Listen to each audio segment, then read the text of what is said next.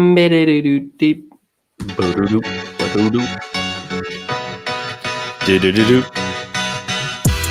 and welcome to Content Content, everybody. Good morning. Good morning, Mr. Gomez. How's it going? It's going well. How's it going for you? It's going. That's right. I Yeah. think we could agree that the world is going. It's yeah. It's You know what's? definitely happening.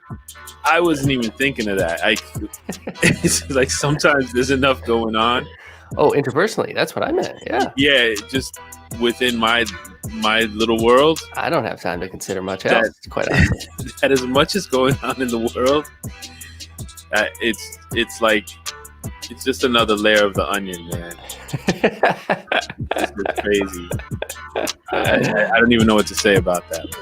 Yeah, no, me neither. Like I said, the onion. What an onion it is. It's stinky, It's smelly. Sometimes it's tasty, but you got to do it right. You know what I mean? Good morning. What's up, bro? Yeah, man. Halfway through January, we're rocking and rolling into 2021 here, Mike. Of course, a big thank you to dear friend of the show and legendary music producer, Buck Wild, for coming on the show on Wednesday, the late night show with Mr. Gomez. Mike, I listened. Great episode, I thought. Thank you. And what do you feel like? Did Buck Wild contribute to the gumbo of content? Hip Hop Is My Religion is his album. Definitely, I think so. I think one of the cool things that I liked about the spiritual direction that he sort of came from was more about doing, living, being kind. He sort of spoke of, how he within the culture of the music business, how he conducted himself, which was sort of his way of living out the religion. And he talked about how people paid it forward with him. And I thought that was interesting. It reminded me of, I think it's in James in the New Testament. I think he says, religion that God our Father accepts as pure and blameless is this, to help the poor and the widow. And it reminded me of that. It was like, it was cool. It was definitely cool. That's quite interesting, man. And yeah, as much as you can intellectually think about whatever teaching or whatever adage you would like to live by, the active quality of the practice of a thing is the most important. And that's how you kind of, that's quite interesting. Who do we got this Wednesday, Mike? Julie McVeigh is Julie coming on. McVeigh, a little preview. Who is that individual, Mike? Well, first of all, she's got a book, and it's called "Why I Left the Church to Find Jesus." That's which the title alone is just, it gets me like, ooh, that sounds familiar. So that's I don't even know how we became Facebook friends, and I started following her, and she's got a story of leaving the church, of that kind of fundamentalist kind of background similar to mine, and it's just a great story, and her journey and where she is now, and she's definitely a seeker, and I'm excited about a lot of guests coming soon, like in that same line of thought. We have a few guests who really are breaking with tradition, with church tradition, church dogma, and really being brave.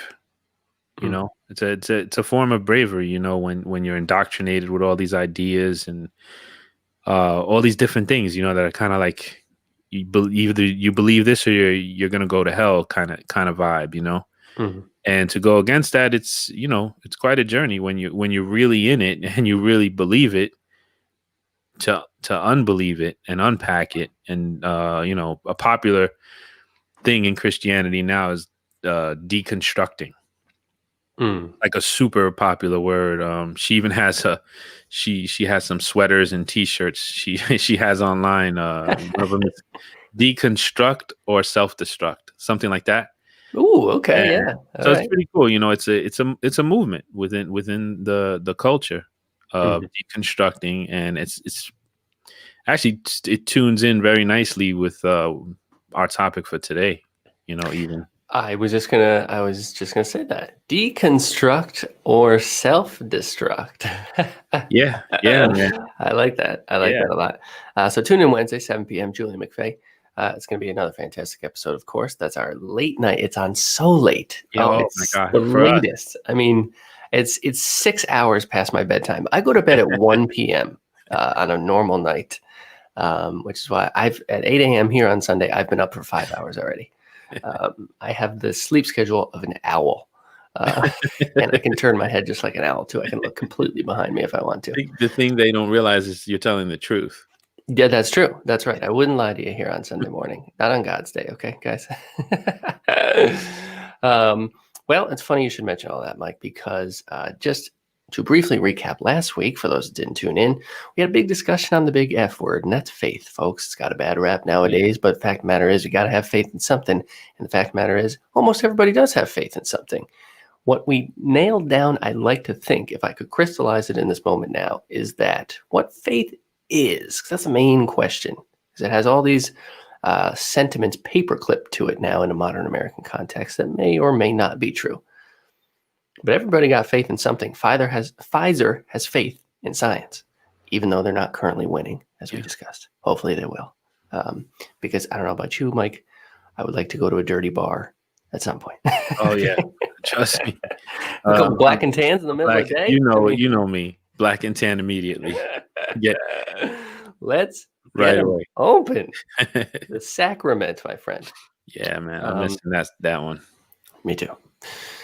I think I mentioned this a couple weeks ago, but like watching television shows and movies and stuff, and you just like see somebody like walk into a big restaurant. There is a small part I of me know. that's like, he doesn't have a mask on. That's so dangerous. It's a movie from 1977. We got to debug you, man. I know. You've been programmed. We're all going to need a debugging. That's for damn sure. I'm quite certain of that. You're gonna need to run some CC cleaner on that. Oh, definitely. I'm going to say, I'm going to clean these ears out. What I think we kind of established last week is faith is the, let's say, mental mechanism from the unseen to the seen.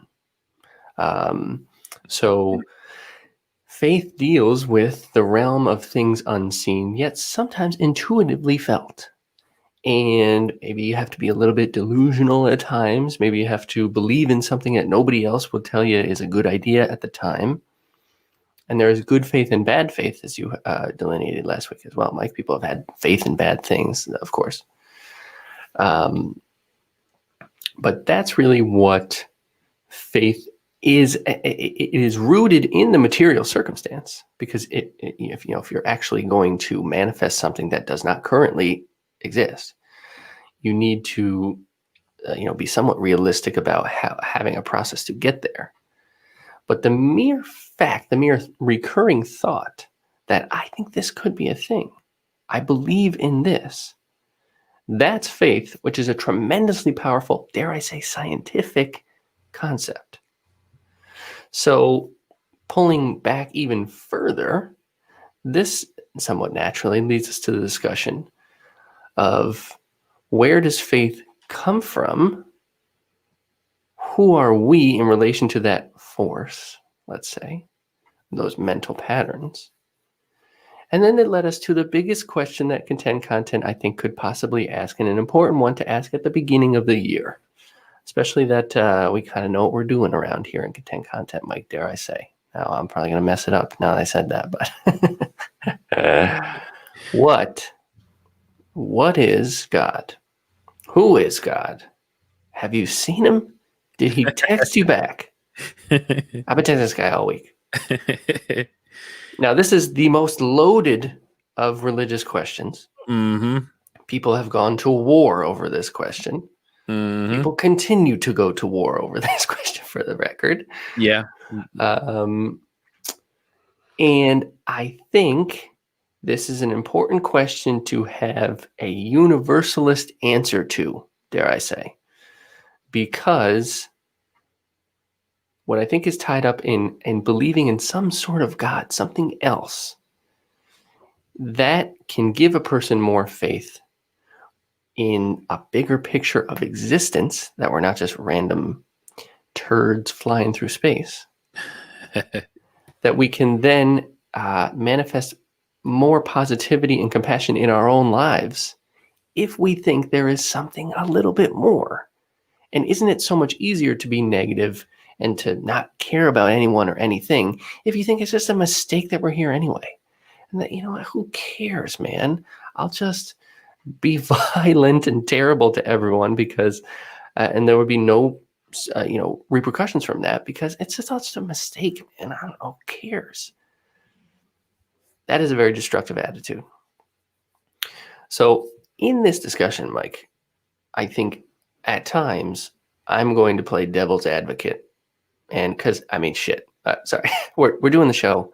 Mike and I are God guys, okay? We might have different conceptions of what God is, and we'll get into that, but we believe. But at times during this discussion, Mike, I'm going to play devil's advocate because I'm going to ask the questions that I think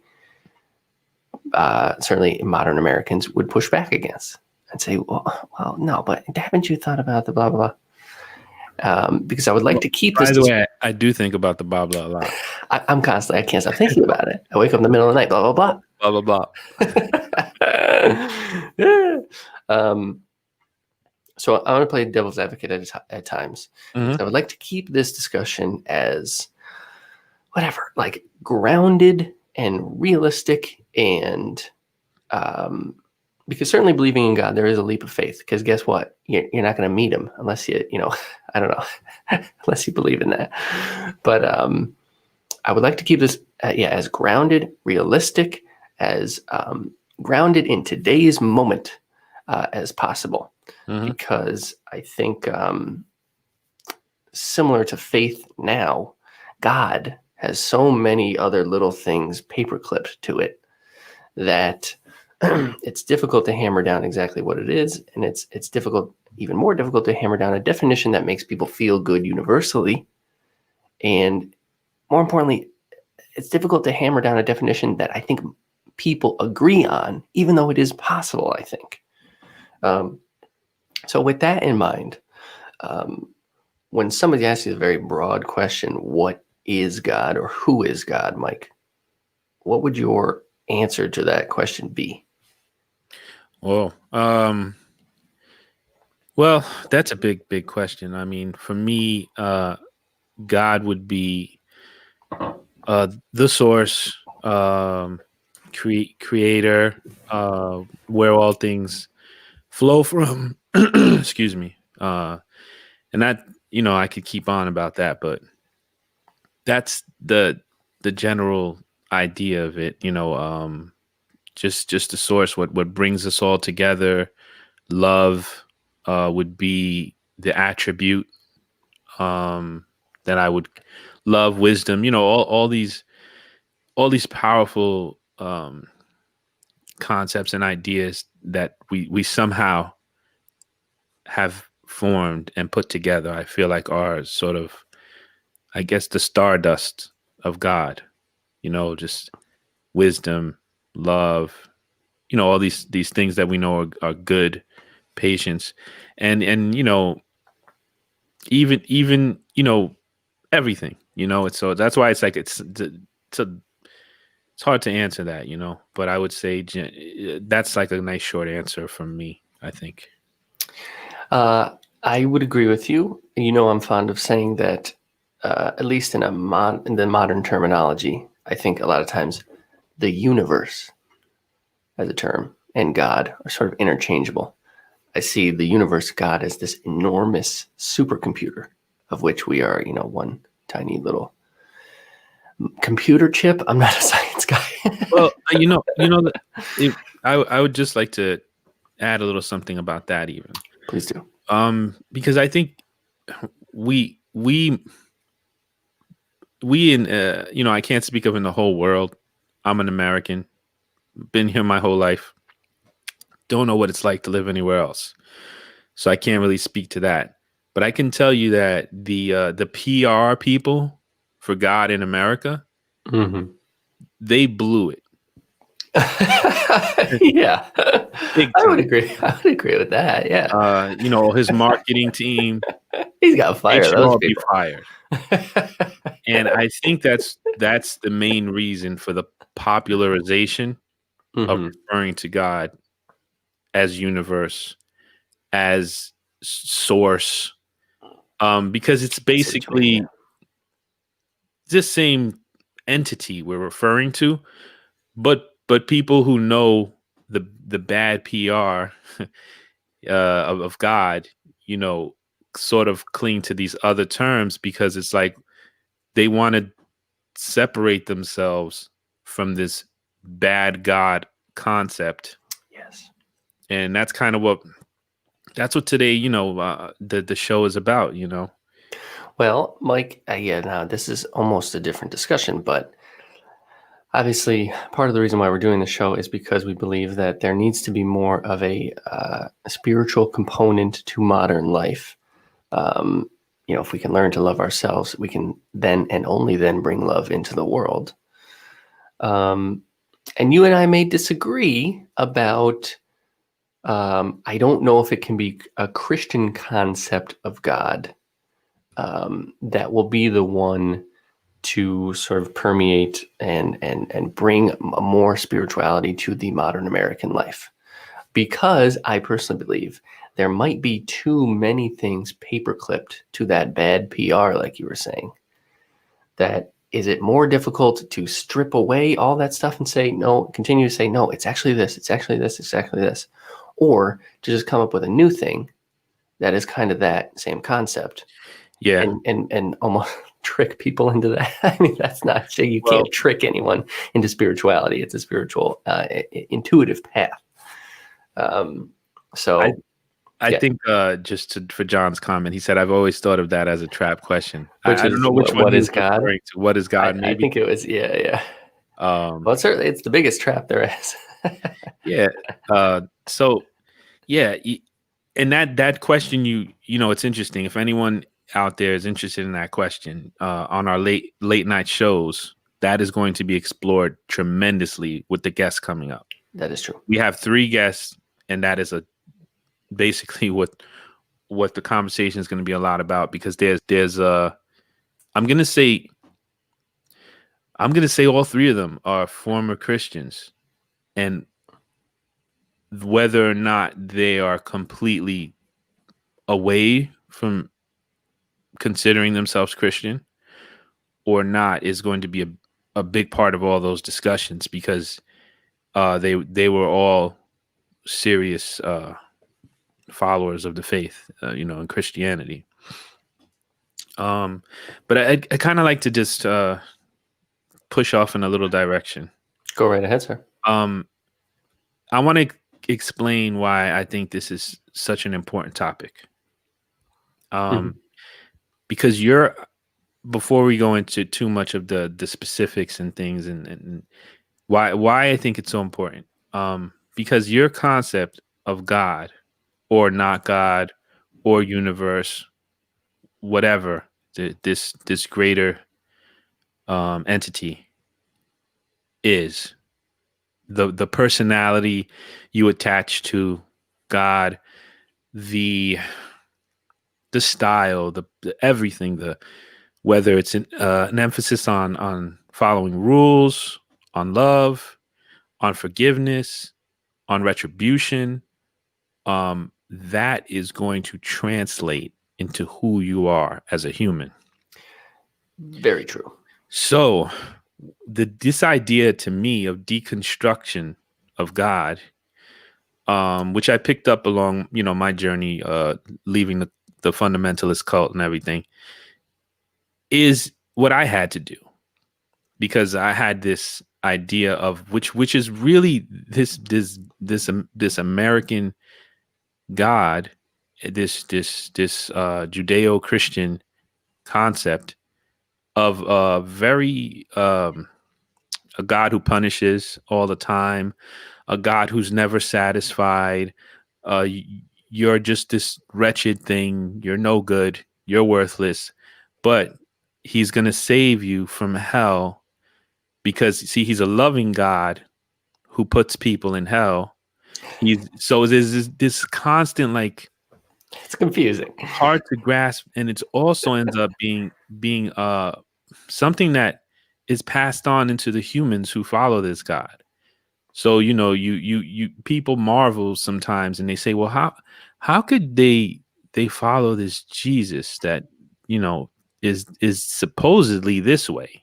You Right. look at the Beatitudes, because first of all, there's a big difference between the New Testament God that Jesus talks about, in the behavior and the grace and the not being an eye for an eye. Just go down the list. There's a difference in the behavior of the Old Testament God to the New Testament one that Jesus is talking about.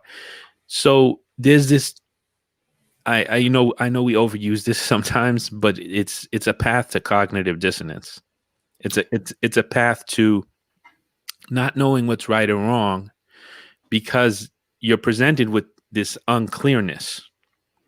Mm-hmm. So, I mean, I don't want to go too far into that because it's not exactly the topic, but I wrote this little note. I didn't write much this morning, but is your God trying to build a club, a Studio 54 like heaven? That's the question here. That's a great question. And and the God concept is so important because it becomes a blueprint. Sorry. Yeah, it popped in my head because I was reading this club group that I follow, and it's just connected. But I just never made the like, what is it, St. Peter, who's at the pearly gates? Yeah, he's at the Think pearly of him gates. as like a club bouncer behind a velvet rope. Yeah, and he's like, Hey, "Oh yeah, you got to know somebody to get in. oh, you just don't look right tonight. You're not getting in. You're wearing Oh, that. you must be from Yonkers. No, sorry. That's that. But that is the vibe. It's like Oh, you got to have chicks with you if you want to get in. exactly. Exactly. So it's like this whole thing, whatever God we serve or think about all the time, we're going to become like. And that's why it's important to me to deconstruct this more punitive, this more angry God, this concept, because and be more, for me, I'm still hanging around in the Christian with the Christian hat, as difficult as that is. Look what it's done to me. I mean, my God, look at my hair. Wearing that hat. It's all in the middle now. It's all in the middle now. It's just craziness. But that's the hat. And so, even for those of us who stay in there, we need to pay attention to this. And I think it's important because we've got to be honest. There's a level of honesty and taking apart these ideas of God, which sets you in motion to even, like, I have a video I posted recently, which this is that terrible, wrath-filled, unloving God displayed to the maximum, where there's this preacher who's saying that may God bring curses upon those who basically don't support Trump, who helped rig the election, who this and that, may God, and then those demons and this and that, and that's that punitive, punishing, unloving God at work.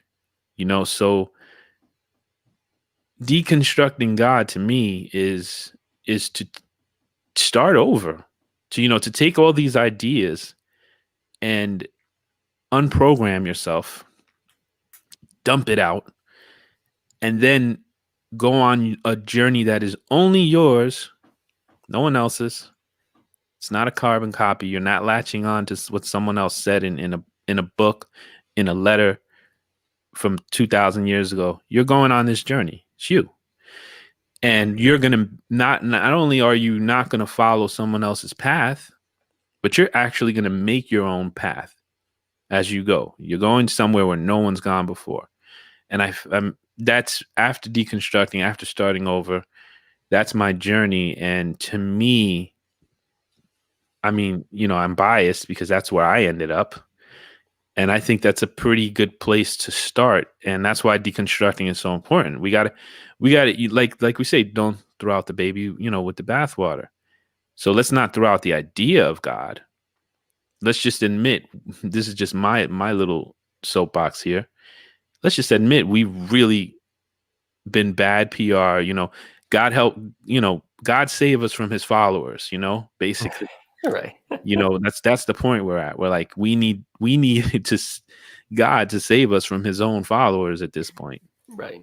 And also, like, it's to some extent, it's like give God a break. Okay. Religion got taken over by business, let's say the business attitude, just like everything else in this world. Okay. Yeah. And to some extent, because it is teachings that deal with like the fundaments of existence, of course it was the first thing to get taken over by business because it's the most powerful thing. Yeah. And I think we were talking about, this week I finished Marianne Williamson's book, Return to Love. It's a phenomenal read. I will probably add it to the reading series. More on that to come. But did we talk about this? I think like after the show last week, Mike, about like math, how. Oh, yeah.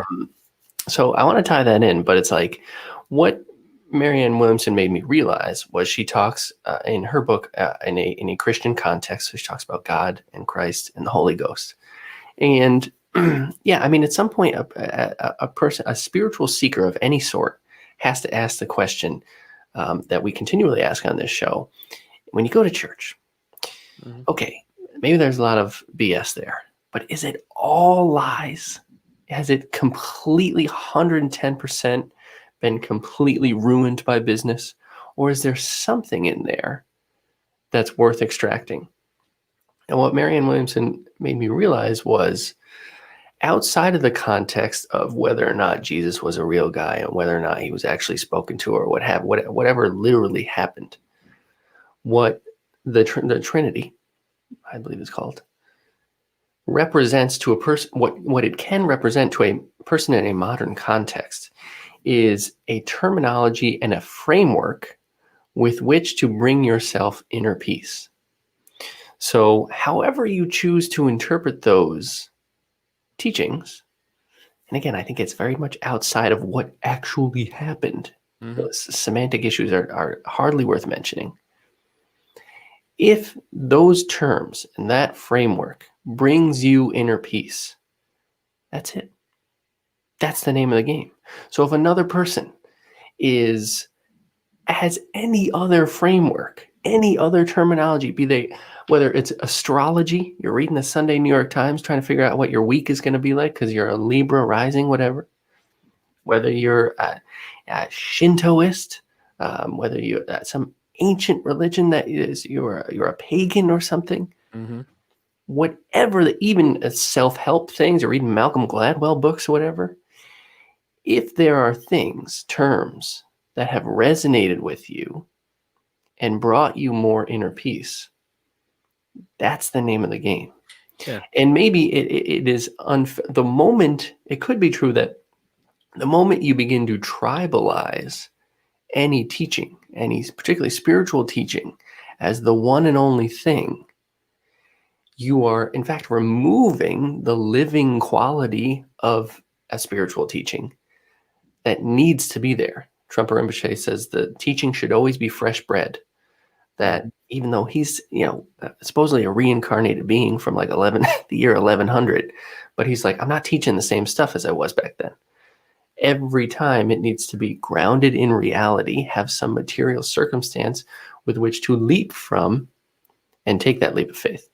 And yeah, you and I had talked last week about how, look, there's the number 100. What we're trying to get to is 100. You can do 50 plus 50. You can do 20 times 5. You can do 200 divided by 2. It's the tip of a mountain, and you can climb up from all the different possible ways, but it doesn't matter where you started, and it doesn't matter the path that you took, and some paths are way more difficult than other ones. But you could never be in a position to question somebody else's path many times, because, well, you didn't start where they started. They had different shoes on than you did when you start. So the terminology is not nearly as important as the end goal, which would be, again, contentedness, inner peace. So one of the things that I think really needs to be removed from the notion of God, and really the description of what spiritual work is, what it looks like, needs to really be removed. And in fact, as with so many things, instead of trying to segment them into little populations, and this is this one, and this is this one, we need to be more appreciative of all the various ways a person could possibly, I know we mention her all the time, but the grandma who crochets, she understands the whole universe because she crochets. And there's everything to be learned about that. Like Townsend James mentioned on the late night show, nature. There's plenty of things. You could learn all the possible things you needed to know just from standing on a beautiful mountain. Yeah. Something about it was just, hey, oh gosh, it just makes sense. And so that is a religious, spiritual, something that I think is very important to mention that I really like to think of all the time is Thomas Merton, who we haven't mentioned in a long time. So he was alive, say, early 20th century. I think he died in the 50s, maybe early 60s or something. And so that's really a time where World War I, World War II are happening. America is like hemorrhaging its religion, more or less, because it's tough to rationalize a peaceful world when the entire world is shooting at each other. So, but he was kind of on the front line saying, wait, there's still some good stuff here. I'm sorry about all the bad stuff. But he said most people's conception of God is too narrow. So when a lot of religions make the mistake of portraying God as a man, and me as a man, well, I'm upset sometimes and I'm pissed off other times, and sometimes I'm just so groovy, and other times I'm just so frustrated. That is such a narrow conception of God, and it's logical. It's somewhat intuitive, because it's like, well, I know my existence, and we are convinced we're the greatest in all the animal kingdom, despite the fact we're destroying the entire planet. So of course God would be like us. And you know what? Lizards probably think the same thing. Lizards are probably like, the lizard God. He's, Yeah. Mitch McConnell, the lizard God. Oh, I didn't have to go there, but many people's conception of God is too narrow. And so it makes God seem like a punk. Yeah. It's interesting. One of the jokes that I often heard in Christian circles was, what kind of music does God like? The same as the pastor, of course. That's whatever he's into. Yeah, obviously. Yeah. So and I think that a lot of times the problem is we make God in our image. Yes. And even though the goal is for us to become more like our God concept, let's say. And I love what you said about I think it was, Merton, where, we have this narrow idea of God, which was given to us by whatever we were raised in, whatever we saw, whatever we heard, TV, maybe when we started going to learn about religions in college or whatever. So you get this narrow view of God. Meanwhile, you miss out on so much because, like, for example, throughout my evolution, I've gotten to a point where I don't even consider God as a person per se, just something so incredible that I know that I can't know fully. And I get these crumbs where I'm at right now. and I do the best I can with those crumbs, because I just can't conceptualize it, and I accept that. And it keeps me, in my view, a little more open. I'd like to go back to what you said about something that finds you peace, Mm. because it reminded me of, it's actually a very content content kind of quote, because it's N-O, peace, N-O, God, K-N-O-W, peace, K-N-O-W, You know God. I love that. You know I love that. So that right there speaks to what you were saying, and I'd like to jump back into the math that you spoke of, because I think there's a lot more there.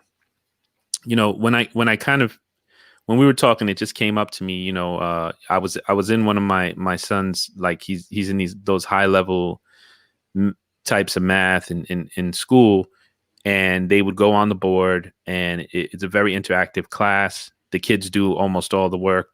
The teacher's sort of like a facilitator. Hmm. And I think that's important, because one of the things, in that comparison that I really, really like is, the question was something like, this engine needs how much fuel per second to do whatever, some really complicated question. And there was 3 different answers out of, there's maybe 8 kids in the class. And what I loved about it, and like, keeping this in a religious context, let's pretend the math problem is figuring out God, getting to that top of that mountain, getting to peace. The teacher was like a good, let's say, pastor, guru, or spiritual advisor or friend. He didn't say to those 3 people who got the right answer in a different way than, let's say, he taught them, or that he thought it should come. He didn't say, no, it's wrong because I told you 2 + 2 = 4. I didn't say 1 + 1 + 1 + 1 = 4. Hmm. I didn't say 2 × 2. And he was he looked, he said, wow, I had never thought of doing it that way. But you got the answer. Wow, that's really interesting. Good job. And could you imagine a pastor or something saying to somebody, wow, I never thought of God that way. Right. It doesn't work that way. But and I think that the reason that it doesn't work that way is because a lot of these people in these positions, unfortunately, think they need to have the answer for everything. Which is a fool's errand. Yes, it's a fool's errand indeed. And so that is the problem. So they are in this position, and they kind of get full of themselves, and they kind of get very haughty and, like, proud of, I know God. He's and this is a joke I have too, which is like, they treat God like their little brother. That's right. Yeah, They know everything about him. They know where he does it. This is what he was thinking this morning. This is what, he doesn't listen to that music. He's my he's little not into brother. stuff like that. Yeah. He's like, yeah, I know all about that guy. I'll tell you. Yeah. Don't worry. You want? Well, I'll let you know. And that's, once they get to this place where they feel they need to have answers for everything. Yeah. They feel it's their job to answer anything, and obviously they're going to give answers that lack definitiveness and certainty. Yes. For God's sakes, we're talking about God. No pun intended. But so they get into this really terrible spot for themselves. Yeah. They have to have an answer, because that's how this structure is built. It's not, okay, we got these different answers. No, we have one answer for everything. This is the way, the truth, and the life. If you don't believe specific dogma and doctrine that we've told you, you are in danger of losing your soul, or whatever the case may be. And that does not just apply to Christian. That applies to, there are bad groups within every single type of ideology. When I've said this many times, one of the things that blew me away at my first ICSA, which is basically, you know, an organization who helps people and educates people and helps people trying to leave cults or recover from what they went through inside a cult. What blew me away was, I'm sitting at this group of people, and they're from all over the place. This one's from a Buddhist cult. This one's from a yoga cult. This one's from some cult that was all about sound waves. Oh, nice. This one was from the Moody's. This one was from Jehovah Witness. And it was like, whoa. So, but it's that same, I've got all the answers. I'm 100% right. So what happens is these people, and this is, and I know it sounds like I'm going off, but this is in the God concept and the deconstruction, because these people put they put themselves in place of God.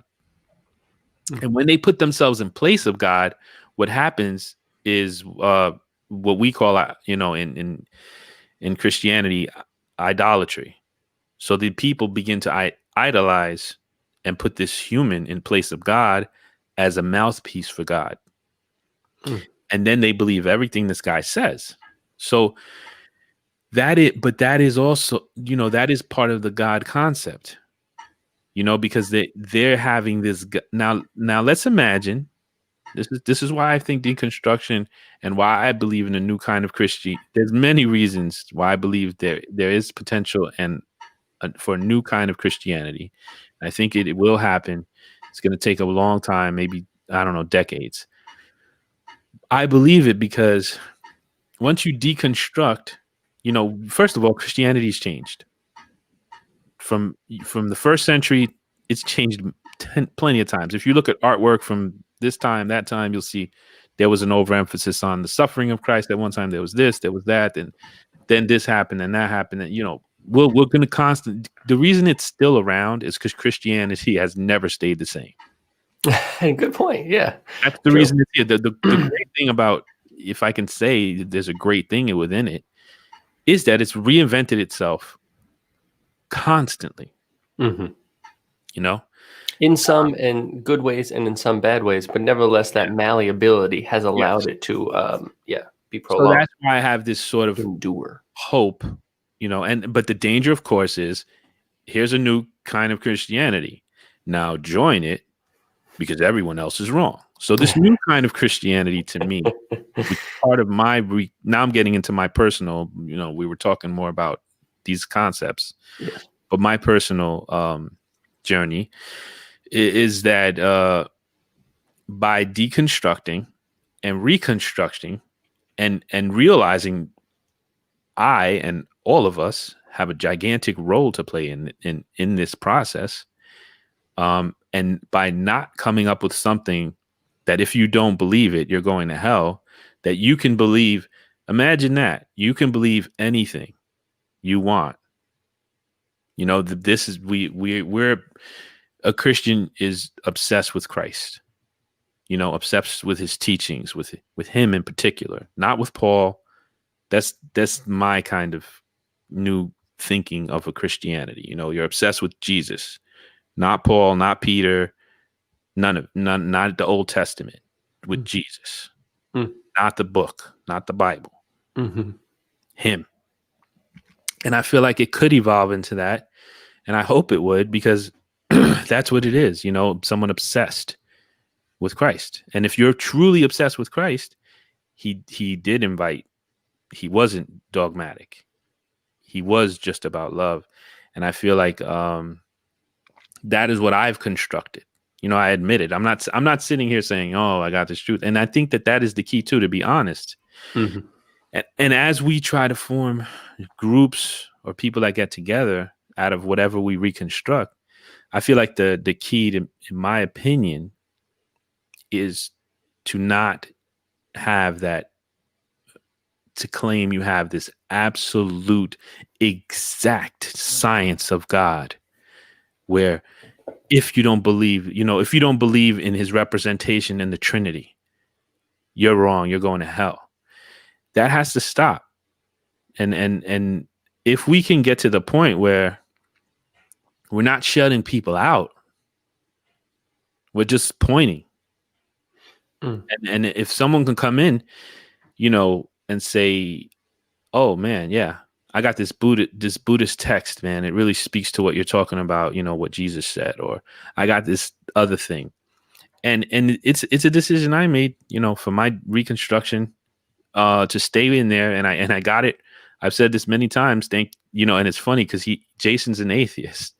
Jason Burnham, Mm. my friend who was on the show, but thanks to him, I'm staying within my group because I know it so well. Just like he was going to leave his business because just briefly, Jason's story is that he was heavily in the kind of social media and marketing and hacking into people's belief systems to sell products, and after a while it just wasn't working for him. So he had an idea to just leave and do something else. But then he had a talk with somebody and it kind of kicked in, and they were like, "Listen, man, you can do the most change here because this is where you're from. You know everything about this. You have the ability to make a difference here the most." Mm. And for me too, that's why I still, identify as Christian. Obviously there's many, many fundamentalists listening to what I'm saying, and they're saying you're not a Christian. You're definitely going to hell. Sorry, there's Sorry, Mike. Sorry, we're going to pray for you. Listen, we're going to get in tonight. We'll be praying for your soul. We're going to do our best, but no promises. Yeah, but we can't guarantee anything. So that's and I understand that, and I mean, I know I went a little personal on that, and I know we're staying on God deconstructing, but I think it. Well, I think a person's individual conception of God is very important. I think you made a number of good points in there, Mike. And I would like to follow up with this question, which is that when people say God is love, when Marvin Gaye sings God is love, Which I love that song. Oh, it's so good. Yeah. The whole album. Amazing. And this as a sub question to this, what Dr. Ivan once asked us, why do bad things happen? When somebody says God is love, it has become such a, oh yeah, sure. Okay. Whatever that means. What does that actually mean, Mike? Well, first I'd like to quote Marvin because I love that song. My favorite line from that song is, "Don't go talking about my father. Yeah. God is my friend. He made everything for everyone." I love that record. Yeah. I didn't even know you listened to that record. So cool huge fan. Huge fan. Yeah. Like a couple of years ago, I went an enormous deep dive on Marvin Gaye and listened to all his Motown records from the 60s, and then all the you know the story of Tammy Terrell, the lady he used to sing with. I've heard the name, but I don't know the story. So they did like 3 albums of duets, and she was like going to be a star. She was going to be Diana Ross, and then she left the music business because she was like 16 and probably being overworked and crazy. She went to medical school, and she kind of got brought back into it. It turns out she had like a brain tumor or something like this, and she died when she was like 24, something like that. But Marvin was like, they were very close. And it was after her death that Marvin Gaye, a year or 2 went by, and he put out What's Going On, which was his first like socially conscious album. And it was this kind of like her death, her being like overworked and overdriven. I mean, she wasn't having a brain tumor is a difficult thing, but it was like not helped by the fact that she was forced to go on tour and play all these shows and record all this stuff. And then his next album was What's Going On, the most like poignant. Unbelievable. If that's not revelation through conversation, I don't know what is. Because you just answered the question. Well, yeah. Hey, yeah. Because here's the thing. Those, we can go to the Stoics. The obstacle is the way, is the path. Yeah. So when we want to know why, and even Jesus said it, he said so that he's I think he answered it. Someone asked, why is this person born this way? Because they assumed that it was because the fathers sinned or someone did something, and that's why God was punishing them. But that's that idea that Jesus was constantly against, this punitive, punishing God. He was constantly coming out against that. And if people don't see that, then they're just not looking. And he said, no, it wasn't because of that. It wasn't because of this. He said, and this is even a difficult answer. He said, so that God may be glorified. So there's a lot you got to unpack that.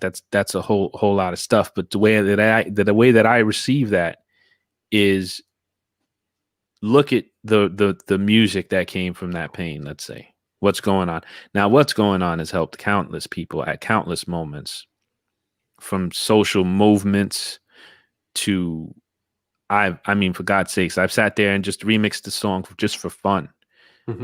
Just for fun, not for any, not to release it or anything. Just heard it countless times, and I can't even imagine, how many people feel that same way. So when these things, even me, the story I'm writing, it's called "The Gift Wrapped Up in a Nightmare." It's just, now we can say, yeah, but also in that argument where we have a situation where something terrible happens that is wrong, I just like to say this, and I don't want to be dismissive of how terrible tragedy is, but a thought I've had often is, if we truly do believe that, for example, reincarnation, more, let's just put it this way, more to this life than this moment we're in, this time that we're trapped in, this 2021 time, my body, this whole thing. If we believe there's more to it than that, when these tragic things happen, if that person, this is just a complete hypothesis, but if that person, as soon as that happens, isn't dead, goes and then feels what many people say, documented near-death experiences. There's even people who get together on retreats who've had near-death experiences, because the way they feel after is so unique that they need others to talk about it with, because no one else is going to understand. All of them say the same type of things, where they felt peace, they felt one, they felt. So if that is the case, these things that we see in our limited understanding as tragedy, as terrible, could possibly, I mean, from our point of view, from our moment, someone you love dearly, forgot, what if it's your partner in life? What if it's, whoever? You're decimated. But the big picture of it is that you, and a lot of them say, my grandfather came to meet me. I can't sit here, and no one can, and be like, and that's why I'm not saying it in a like way where, and that's what happens, and that's why you don't understand. No, I'm not saying that. Right. I don't know. I'm just saying, what if that could possibly be an explanation for how those things are allowed to happen, and God is still love. It's just a possible explanation. Is it no? But there are those innate things to me, those things that when you dive inward, you just know, and for me, there's things I know that I can't just lay out on a board and do a math problem and be like, this proves it. Right. I just can't, it's a different realm. It's a different place. It's spirit. It's not, the metaphysics, it's different. And that is why I think that spiritual belief in God, belief in the universe, belief in a bigger picture requires faith, because we can't know it all. No. We can't know, Ram Dass is always saying, like, when the Buddha became enlightened, he saw into his last 10,000 incarnations. And think about how bothered you are in any person is bothered in their current incarnation. Think of all the things that upset you and make you stressed out, and the things from childhood that you wish were different, or the whatevers. Imagine taking that amount of stress and timesing it by 10,000. Yeah. So everything was To as keep all of that. personal and as upsetting. I mean, the average person would crumple into a ball, myself certainly at the foremost of that list. We cannot know. It's one of the things I find interesting about Buddhism is it doesn't really try and answer, as far as I know, why we're here, who put us here. So those are questions we cannot know, for the same reason that, you know, one grain of sand cannot understand the tide, or cannot understand that over there is Atlantic City and there's a casino over there. And it's just not, there's no way that mind could know that. And to some extent, to that extent, it's not meant to know that. It's not Yeah. even important to know that, really. It's a part. I feel like it's a part of it. The not knowing.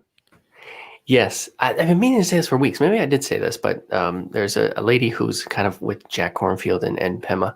Her name's Roshi Joan Halifax. And I heard her say one time, and she's kind of a Zen lady also, not knowing is most intimate. Have I said that before?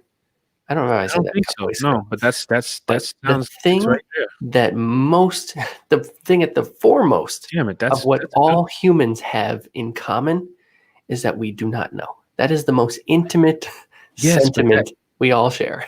yeah, but you know what? Not just intimate because we all share it, but I mean, I've never heard it put that way, and that's wonderful because it just hit a bunch of thoughts for me. Because what's more intimate? It's like if you want to be connected to someone, what's more intimate than having to constantly get to know? That sets you on that course for relationship. You know, what keeps a marriage of 20 something years going? The person, damn it, just keeps changing. That Stuff person just keeps just happening. won't stay the same. And so that as they change, you having to get to know them again keeps it intimate. Right. Now, if and it goes, that's wonderful because it also goes back to this idea we always talk about of once you stop learning, you stop living. Yes. So if we knew, in the state we're in, under the complete circumstances that we are in, lack of knowledge, not knowing, forces us into relationship. It forces us into these states of seeking. So, it's, it's almost like designed like that on purpose in a sense Mm. because it's the framework of the state we're in, and the more I learn and the more that I open myself up to read different things and learn different things that were taboo in the past for me, the more that I feel that way, that, there is, we're in a state for now. Mm. I strongly, that's something that I live by. We're not, this isn't it.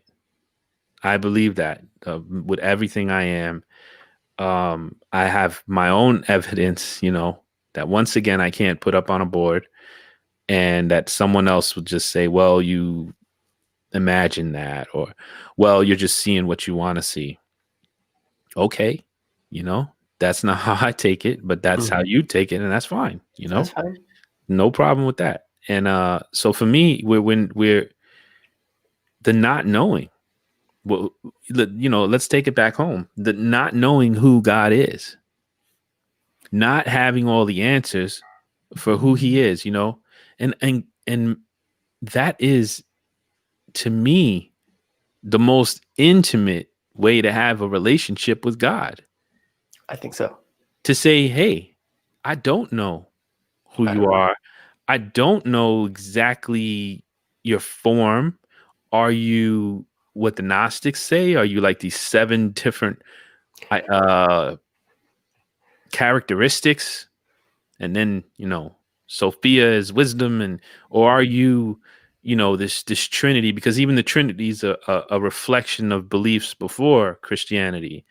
Are you this three parts, this, are you, but we're just trying to understand in whatever way. And back to that math problem, someone's math is the Trinity. Someone else's math is, something else. Someone else's is, just, digging in and quieting everything down and then feeling something. That's their source. Someone else's source, or their math, I should say, not necessarily source, but to get to that source, their math is, meditating. Someone else's math is community. Someone else is feeding poor. Someone else is, on and on and on. And I think that, why deconstructing God is important is because that is a very uncommon thought. Mm-hmm.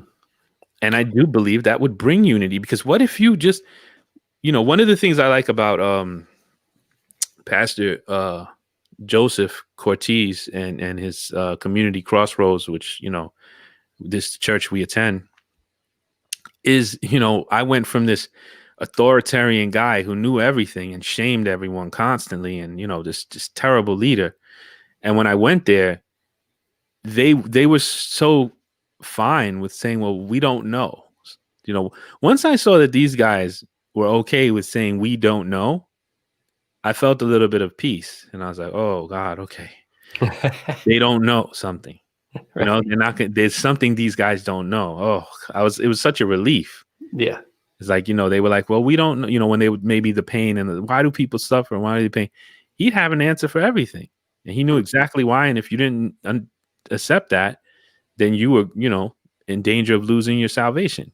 So that's the cult. But this guy, it was like, well, we don't know, who can understand it? So this is terrible. And we mourn with those people, and we just don't know. And that, I think, is the beauty within any faith, to just have the courage to say you don't have the answers. You don't know. I don't know exactly who God is. I don't know, but I'm still looking. I'm still on this journey. I'd love to talk to you about, and learn, if someone's a Muslim, or someone's a Sikh, or someone's a Hindu, if that's their group that they were born into. They didn't have a choice in that. They were born into that, or maybe later on in life they chose it, whatever the case is. And I think that if we can get to that point within whatever personal journey you're on, I think that's beautiful, to be excited, to be like, even that's why I want us to have atheists up here. I want us, you too, we've talked about it. People who are atheists, people who are science-based, people who, whatever it is that you're coming from, to hear and learn, not to debate. I think that's the thing. Right. That's the only thing. We're not having debates here on the show. But that's the only thing that if I'm going to say I have some dogma, my dogma is, once you get to that point in whatever group you're in, that you think you're going to come and tell me and fix me and kind of like do the evangelistic, tiptoe. Mm-hmm. I'm your friend. Hi, let's play for a while in your area. And at the right moment, the other shoe's going to drop. I'm going to trick you. I'm going to let you know. And I'm going to try to teach you how to think the way I think. Yeah. Because I noticed you're open and you're lost. Yes. People confuse being open. This is something that I'm to right now, to anyone who's a fundamentalist, anything. Mm-hmm. Me and you both, just so you know, we are lost. Yeah. And we need them to find us and give us the absolute truth that they have. So just so you know, we are ripe for the pick. We are like low-hanging, right? We're low-hanging fruit. Uh-oh. And we're perfect for the picking. We're like ripe. We're sweet and delicious. I've always thought of myself that way. For the fundamentalists right now. Like any fundamentalist, anything, whatever they are, I'm not just talking Christian here. Mhm. Any fundamentalist that has the absolute truth, we are ready for it. Right. Because we're open. Mhm. Because we haven't locked into something. Because we, and that's the only time I get a little weird. That's my line. I have a line. That's it. Once you get to that point and you want to, reteach me how to think and everything else, and this is it, and let me explain it to you, kid. Right. I've got the absolute truth. I'm glad I found you. You're going to be so glad I found you. You're going to be so glad because I know everything, and I'm right about everything too. That's right. And the funny thing is, all those people, FYI, it's sort of like, I don't mean to compare them to some racist people, but there's racist people who are racist, but they think they're not racist. So they'll say, constantly saying, but I'm not a racist. And all those fundamentalist people will always say that they're open-minded. Yeah, nobody's more open-minded than me. Yeah, nobody's going to burn in hell forever. No one's more open-minded than a fundamentalist. They're open-minded up until the point you disagree with them. Right. Then the mind closed, very closed at that time. And it's a disclaimer. It's like political correctness. It's a disclaimer. They throw it out there. Right. Just to cover their butt. That they're wide open to everything. Oh, of course. Oh, yes. And then, but it's just until the other shoe drops, Once you get into the conversation, the disagreement starts long enough, you'll find you are wrong about some things. And now now you're ready. Now you're ready. I'm going to tell you everything now. I love what you said there, Mike, about, and this is particularly in a materially obsessed culture where we have to have all the answers all the time and we have to be right about everything. It takes a tremendous amount of courage to say, yeah, I don't know. That is like a radically courageous thing to say in today's America. Now, doesn't that say a lot? Yeah, it says to just say you don't know, well, why this? Sure. I'm not sure. I don't know. I don't really know. But I'd love to talk about that, but the thing is, we're not talking about it. 90% of the time, we're not talking about it to learn more. Right. We're talking about it to win an argument. Win the argument, baby. I'm trying to get that W. Revelation through conversation. No, and it's interesting too, because some people I've been asked, more than once from different people, like, how do we kind of like do this, what we do? And I think the true key is, and what is revelation through conversation? What is it?